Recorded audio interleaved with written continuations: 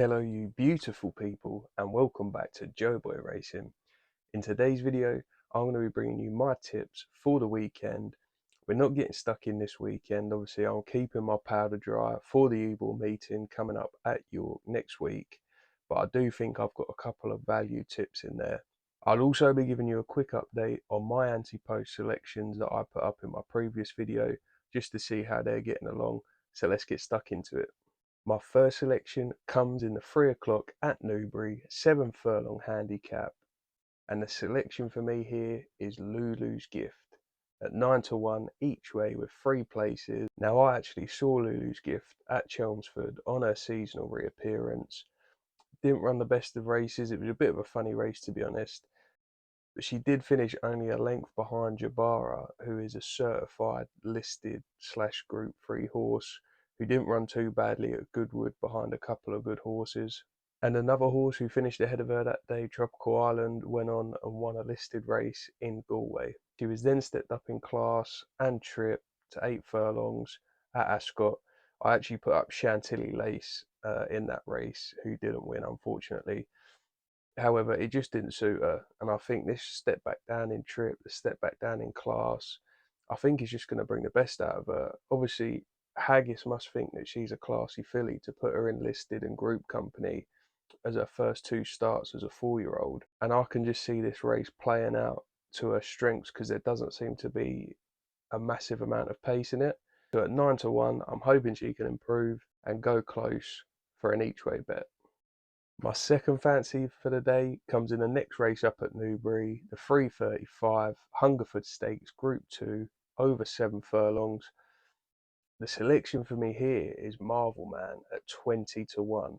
Now, if you just look at the straight form figures, they flatter to deceive a little bit, I think, because he hasn't won since his first start of the year, which was a maiden. However, he's performed really well. At Ascot, he was on the wrong side. He wasn't fully ridden out, I don't think, and the horses that finished in front of him on his side were Seagull's 11, who went and won a good race at Goodwood last week. Before that, he finished second up behind Cosmic Year, who arguably, should have won that race if he didn't get boxed in against Seagull's 11 at Goodwood, and who looks like a smart horse, finished second to Field of Gold. And in his last run, he finished just behind Witness Stand, who I think is going to end up going off favourite in this market. Obviously, you got More Thunder in here. I backed More Thunder at the July meeting at a shorter price than this as well. It went to a photo, it was a little bit close, and I don't know, for me, for some reason, I just want to take him on. It's rare when I get a winner on a horse and win a nice bit of money on a horse. It's rare that I sort of abandon them. However, I think he's up against a higher calibre of horses here. And William Haggis himself said that they're going to need a really strong pace over 7 furlongs. And I don't think they're going to get a strong pace. The most prominent horse in here, Spy Chief, is actually closer to Marvelman. And that's why I think, he's going to get a nice toe into the race. He's going to be prominent. And then he stays out really well. And like I was saying, in that last race against Witness Stand, he looked like he was staying on the best. However, he just run into a bit of trouble, didn't have room, couldn't really switch out because he was sort of boxed in, lost all his momentum, and by then the race was lost. And he still stayed on well after that point. So I don't know. I just think at 20 to 1, when you look at his form, you look at his connections as well, jocked up by Oisin Murphy, one of the best in the business. I just think he's massively overpriced and is well worth an each way bet at 20 to 1. So those are my 2 bets for the weekend, guys. My 2 selections, my 2 tips. I'm really keen on this Marvelman here.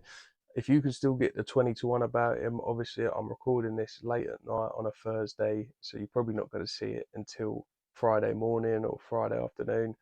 If you can still get the 20 to 1, I think that represents really good value. He's trading shorter than that on the exchanges by the looks of things, and I can just see him getting backed. Maybe not, not into favourite or anything crazy like that, but you might lose a bit of value out of the price. I just wanted to give you a quick update as well on my Ante-Post selections that I put up in my previous video. Obviously, unfortunately, Amalok has been withdrawn. As I said in the video, that was a risky one. I've not heard from Rafe Beckett yet what the reasoning is behind that decision, so we'll have to keep an eye out for that. However, Karma's, who I said I didn't think was going to be going here, I actually checked this morning and saw that his entry for the St Leger Stakes, or the Irish St Leger Stakes, had been removed, which I think is a pretty good indication that he's going to be heading there. Obviously, Merchant's been removed, as I suspected, along with Amalok. So that's really brought the odds of Karma's down. I think you can still get 10 to 1 about him on William Hill's. There is still a little bit of risk there. However, I saw on Twitter that apparently Paddy Toomey has actually organised transport for York, which is a big plus sign. So fingers crossed he can make it to the Great Voltage Estate, because I think he's got a really good chance if he takes on Lambourne here. And at 14 to 1, that's a really nice price secured. So even if he places, it's going to cut up. A lot of firms are only offering 2 places now. So 14 to 1 with the 3 places. If he goes, I think he's at least going to finish in the top 3 for some place returns. So fingers crossed with that one. I also put up the French Raider de Riz as well for the Juddmonte International. I had some really good news this morning. His gallop that I talked about in the video went really positively. They like the look of him, and that he will be coming for the Juddmonte International. They also said in that article that the ground's not going to be an issue, that he handles the ground, which is a big plus, and he has been backed. I obviously put him up at 14 to 1 Ante-Post with 3 places. By the looks of things, you can still get 10s with 3 places on Bet365.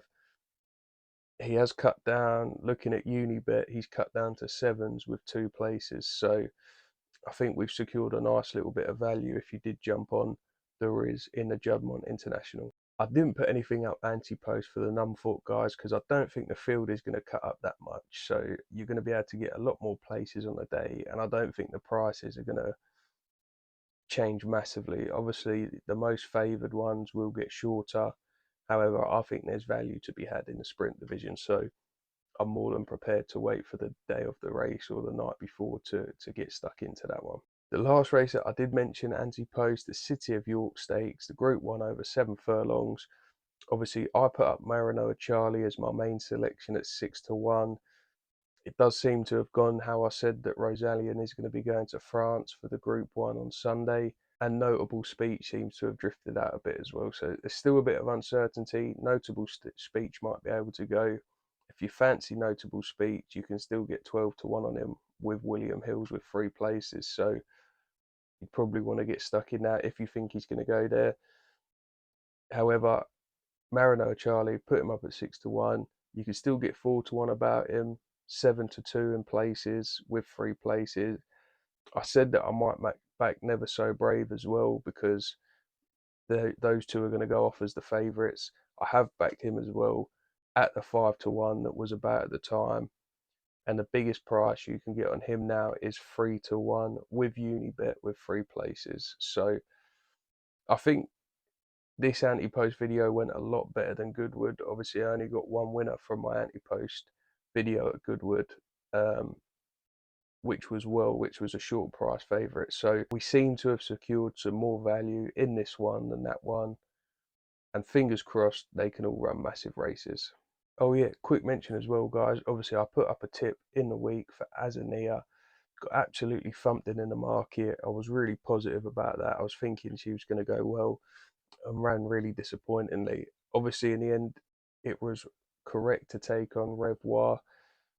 However, I picked the wrong progressive improver to back. So no winner this week. However, we've got a couple of selections at the weekend, and hopefully we can land a decent price winner. So as always, people, get stuck into the comments. I've been loving all the comments. If you like the video, give me a like. If you're new to the channel, give me a subscribe. Obviously, we've got the York Ebor Meeting coming up. I'm going to be putting out daily previews for each day of the festival. It's going to be a cracker. I'm going to be getting stuck right in. Let me know if you have any fancies for the upcoming weekend. There's racing all over the place, so it's going to be a really good weekend of racing. Let me know if you've got any naps, any good things, and as always, happy punting.